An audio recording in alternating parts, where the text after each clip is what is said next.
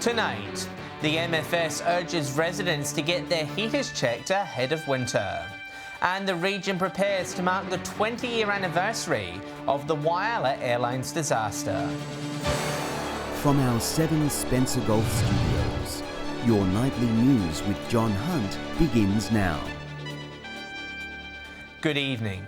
The MFS is warning lives could be lost this winter if homeowners aren't careful when using heaters. New figures show a spike in house fires caused by heating appliances during the winter season. A curtain left too close to a heater quickly erupts into a ball of fire, sparking a full-scale emergency. They can heat up rapidly and escalate a significant fire. Luckily, this was a controlled demonstration, but emergency services say it's a common sight they see far too often at dozens of house fires. We recommend that there's no combustible materials such as clothing, bedding, curtains or furniture in close proximity to any heating device. The MFS says residents need to check their heaters for damage before switching them on. A working smoke alarm also a must-have. Some people that have got the misconception that their smoke alarms run on mains power and don't have batteries, we're here to say yes, they definitely do have batteries. An estimated 21 fires are caused by heaters in South Australia each year, with the MFS saying all of them could have been avoided. At this stage of the season, we haven't attended many fires that can be attributed to heating devices, which is a very good thing, but we're only in the early stages of winter. Fire extinguishers in the home are still very valuable, the same as fire blankets, and even in vehicles, if they're travelling on the road, sometimes there's the ability to use a fire extinguisher to save someone's car and potentially someone's life. Experts say heaters should never be left unattended, with flammable items kept at least 2 metres away. Nathan Regter, 7 Spencer Golf News. Coronavirus testing numbers in the far west of New South Wales have reached a milestone this week, passing 1,000. The Health District's Chief Executive saying anyone with symptoms should be getting themselves checked. The Far West has been COVID-19 free for almost 60 days, with the region's health district wanting to keep it that way. Close to 1,200 coronavirus tests have been conducted with over 9,000 screenings. The message to the public: if you are showing any signs of coronavirus, visit your nearest clinic. We want to test people who are really have a low level of flu-like symptoms. Play it safe. And get yourself checked out. The Health District has been focusing on establishing pop-up clinics in far remote towns in the region. They include Whyalla, Ivanhoe and Golgol. Mr Agus says with travel restrictions in New South Wales easing soon, facilities need to be in place for travellers and community members. There is going to be greater traffic coming through our towns, and we've got to make that available to anyone really who presents, whether it's from our region or outside of the region. Meanwhile, Broken Hill's drive-through clinic will have a new location starting Monday. With the Musicians Club reopening, the clinic is moving to the Community Health Centre. The city's mayor determined to ensure a second coronavirus wave doesn't hit the region. It is still with us, so get tested. If you're worried at all, the COVID drive-through clinic will still exist. You can go to your doctor, you can go to the COVID clinic. Patrick Ryanke, 7 Spencer Golf News. A 25-year-old Port Augusta man will appear in court after allegedly blowing nearly 6 times the legal limit last night. Just after 9, patrols received a call from concerned residents and quickly located the vehicle on Victoria Parade. The man allegedly recorded a blood alcohol reading of 0.29. He was charged with a raft of offences, including driving unlicensed. The latest blood lead level data in Port Pirie reveals there's been a downwards trend recorded in local children. The quarterly results show the average is 5.8 micrograms per decilitre, compared to 6.3 this time last year. SA Health's Dr. David Simon says the results are encouraging that there's reduced exposure. The Environmental Protection Authority has also reported a reduction in the air levels since 2018. The full report can be found on SA Health's website. A new transmission line could provide more reliable and sustainable power across Eyre Peninsula. Owners Electronet applying for funding for the $290 million project. Blackouts are a common frustration across Eyre Peninsula. Last year, thousands of residents in Port Lincoln were plunged into darkness on 3 separate occasions, but that could soon be a thing of the past. The new power line will provide residential and business customers across the Eyre Peninsula with a more secure and reliable power supply. Electricity company Electronet has submitted its funding application to the national regulator for a new power line on Eyre Peninsula. 270 kilometre double circuit high voltage power line from Coltana to Port Lincoln via Yabnaree. The double circuit line means that if a problem impacts one line, the power can still run through the second cable, making blackouts a thing of the past, according to the company. We've been working on this project for a number of years now, and that's included a lot of engagement with local landholders and also a stakeholder group. The project is earmarked to cost $290 million and create more than 200 construction jobs. The first sod expected to be turned in the new year. Construction works are anticipated to begin in April 2021 and the new line energised by the end of 2022. 5 substations along the route are also expected to be upgraded. The Australian Energy Regulator is expected to make a decision by August. Nathan Rector, 7 Spencer Gulf News. Still to come tonight, the Whyalla Airlines disaster remembered 20 years on.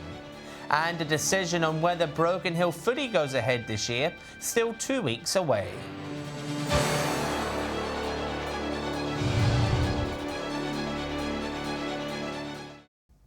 Welcome back. This weekend marks 20 years since Whyalla Airlines Flight 904 crashed into Spencer Gulf, killing 8 people, many of whom were residents of the city. Whyalla Council has upgraded its memorial plaque as locals reflect on the tragic accident. A beautiful bed of flowers surrounds this plaque, remembering the 8 people tragically killed in this catastrophic event. It was a tragic day for the Whyalla community, and many of us knew people on that flight. 20 years on, the plane crash, named one of Australia's worst air disasters, is still remembered by the community. Former SES Commander Rick Santucci was one of the first responders at the scene. After hearing rumours of a plane missing en route from Adelaide to Whyalla, he was instructed to set up a formal command area at the foreshore. It was confirmed that, in fact, the plane had gone into the water.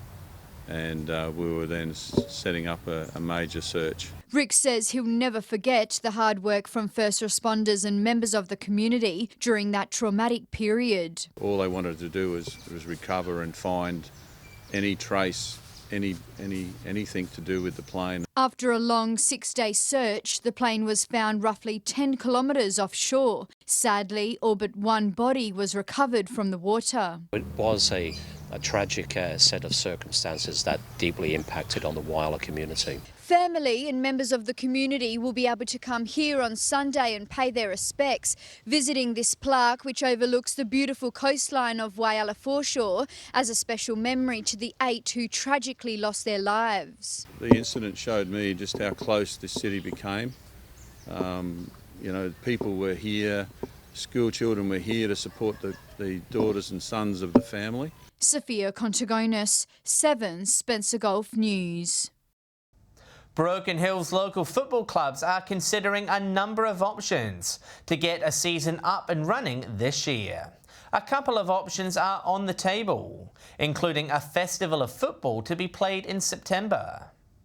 Teams could still take to the Broken Hill footy field this year. The local league meeting with all 4 clubs this week, agreeing to wait another fortnight before making a call. What we've decided to do is hold off until the 15th of June, which is 2.5 weeks away, or just on 2 weeks away. We'll then come back together as a group. The interlude giving North, South, Central and West the chance to consider each scenario. The options we're given the club is for a 9-round season commencing on the 18th of July with a grand final on the last Saturday in September. That's option 1 on the table, the 9 rounds and the 2 finals. Mr Schmidt says the options are reliant on crowds attending matches and clubs being allowed to trade as usual, adding if the league can't make money, they've got no game. Option 2 may help with that. We're looking at a festival of football in September for the 4 Saturdays in September, where we'd have men and women playing a Lightning Cup format over 3 weeks with a final on the 4th week. The September start could create a chance for restrictions on gatherings to ease greatly before kick-off. The clubs now have 2 weeks to speak with their members, players, coaches and volunteers to take a stance, a decision needing to be unanimous. We do want footy in Broken Hill in some form. North, the boys are quite deflated at the moment and they're not doing much, so we need some definitive answers. Patrick Reinke, 7 Spencer Gulf News. Port Lincoln has been crowned with the unenviable title of having the 3rd highest rate of cigarette smokers in South Australia. The latest Mitchell Institute Health report found the city has just short of 3,000 smokers, 26% of the population. Adelaide's Elizabeth area recorded the highest rate in the state. It's a wealth divide. The wealthier the community, the lower the smoking rate. So we need to address the stresses and influences on people that encourage or lead to high smoking rates. The report says rural and remote communities often rate poorly. The member for Frome is endorsing a new RAA initiative to virtually assist regional parents install their child safety seat. Experts say these sessions are more important than ever, with an increasing road toll in regional areas. Designed for protecting some precious cargo, RAA staff say these seats are critical for young children. With many residents driving less at the moment, the insurer is using the opportunity to teach parents how to properly secure their children. Talk them through the installation process live via different sorts of apps such as Zoom and WhatsApp, and make sure that their child restraints are installed correctly. They say many parents are unaware of the dangers of unstable seats. Parents do want to do the right thing, but often they just don't have the knowledge behind it and have expert advice there virtually that can help them through that process. Member for Frome Jeff Brock says road safety has never been more important. A lot safer, and so you have less opportunity to have an incident on the road. Unfortunately, we see so many incidents in the last few months. It's traumatic at the moment. He encourages residents to remain vigilant and use this new virtual service. And I encourage councils to do this also, to actually look at how do you fit those things on there and then not have all that travel. Shari Hams, 7 Spencer Gulf News. Stay with us. Plans for a new RV park unveiled in Port Pirie. And a Whyalla actress prepares for the premiere of her next big role.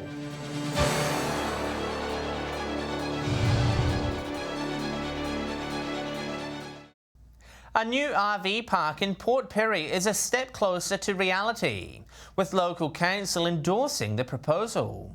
The plans are set to welcome more tourists into the town as a much-needed economic boost. An empty space with big plans. Located on the corner of George and Gertrude Street, this area may soon be a tourism hub. Be the preferred location for a CMCA, that's a Camper Van and Motor Vehicle Association of Australia, managed RV park. Close to the town centre, council says it's an area that needs improvement. It is wasted space in that it hasn't been utilised for anything else other than planting of vegetation to improve the general amenity of the area. Port Pirie's mayor says it's the perfect time to welcome more tourists. People are going to concentrate on travelling in their own district and in their own country because we can't go overseas, and that won't be relaxed for a long time yet. I think the opportunity is perfect. He says there's an opportunity to entice travellers to stay overnight. We cater for the travelling public that's going past our highway. We estimate there's about 5,000 vans a day going past Port Pirie. But before tourists roll in, the project needs approval. Bearing in mind it still has to go through a development approval process, so there'll be public notification. It still has a long pathway to go. Shari Hams, 7 Spencer Gulf News. Regional South Australians are in line for better health care, with the Marshall government dedicating $20 million to the sector. The new workforce plan is aimed at upskilling graduates with the tools needed to care for regional patients. 10 allied health trainees will complete their specialised study through the pathway over the next 3 years. The program will also support trainees to work as advanced health professionals. A young Whyalla actress is working her way up the movie star chain, scoring a part in the TV miniseries Operation Buffalo. The 6-part programme, which starts this Sunday night, features a story about the true events of the Maralinga nuclear tests. Flipping through the pages of her script, this local actress is getting excited to see her hard work on the big screens this weekend. I basically just get a call from my agent and they send me over the scripts and I just audition. Dressed in character, Shantae plays the daughter of a family camping at the site. The 6-part miniseries revolving around Indigenous culture, a fitting end to Reconciliation Week. It means a lot because I really care about my culture. Shantae is expanding her horizons, recently taking a course in learning how to act in an American language. So when she found out this film would be in a native speaking role, she took up the challenge. It's not in English, it's in Yankunytjatjara. Multiple coaches helping her learn the language, with her agent Angela playing a large role. Her family also a big support. Extremely proud of what she's achieved and the opportunity she's been given.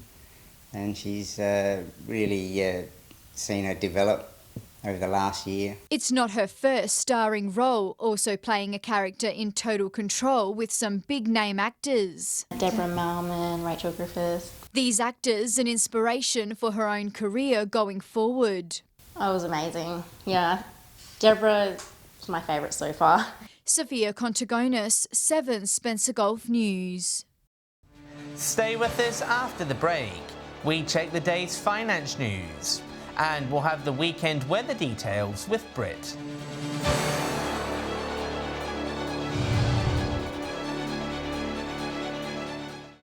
Hello again. Time for a quick check of Friday finance. And the local market finished the week mostly in the red. Bendigo Bank was one of the day's big losers, down by over 6%. Santos and BHP both dropped by nearly 1.5%, while Oz Minerals and Wesfarmers also suffered losses of around 1%. Port Lincoln Seafood Company Clean Seas finished the day where it started. And the ASX 200 and All Ordinaries both finished the week down by around 1.5%. And with a look at the weekend weather forecast, here's Britt. Thanks, John, and good evening. We've seen sunny conditions across the region today, Woodna recording our high of 22 degrees. Port Augusta, Whyalla, Port Lincoln, Kadina and Cleve all reached a top of 21, Broken Hill and Port Pirie 20, Coffin Bay and the capital both 19. Here's a look at today's clear skies under a ridge of high pressure. A bit of patchy cloud can be seen to our east. Moving on to tomorrow now on the Gulf waters, winds north to northeasterly at 10 to 15 knots, increasing to 15 to 20 knots after midday. Seas below 1 metre with south to southwesterly swells. Cloudy and windy at Port Lincoln tomorrow with showers expected from late morning, a top of 20 degrees. Cleve, showers increasing with strong winds and a high of 19. Similar conditions at Woodna, 20. Whyalla and Port Augusta both mostly sunny in the morning with showers from around midday. Strong winds about as well, tops of 21 degrees there. Showers developing at Kadina, 20 the top. Port Pirie, cloud increasing with showers developing from late afternoon, a top of 21 degrees. Clare much the same, looking at a top of 18. Broken Hill, sunny and 20. To Sunday now, showers expected about the west coast, mid-north, York and lower Eyre peninsulas. Fine and partly cloudy elsewhere, a top of 19 forecast for Broken Hill. Port Augusta and Whyalla 18. Woodna, Port Lincoln, Port Pirie and Kadina all 17. Monday, more showers, remaining dry at Broken Hill and throughout the Flinders district. Maximum temperatures a little cooler, Port Augusta and Whyalla 17. Woodna, Port Lincoln and Kadina 16, Port Pirie and Broken Hill 15. And finally, a look at Tuesday. Showers about the mid-north as well as the York and lower Eyre peninsulas. Fine and partly cloudy elsewhere. Port Augusta with a high of 18. Woodna, Whyalla, Port Lincoln, Port Pirie and Kadina 17. Broken Hill 16. And that's all from me for this evening, John. Back to you. Thanks, Britt. And that's your local news for tonight and the week. Just a reminder that you can keep up and catch up via our Facebook, Twitter and YouTube pages. I'm John Hunt, thanks for your company. I'll have updates later and we'll be back at 7 p.m. Monday night. Have a great weekend. Good night. you.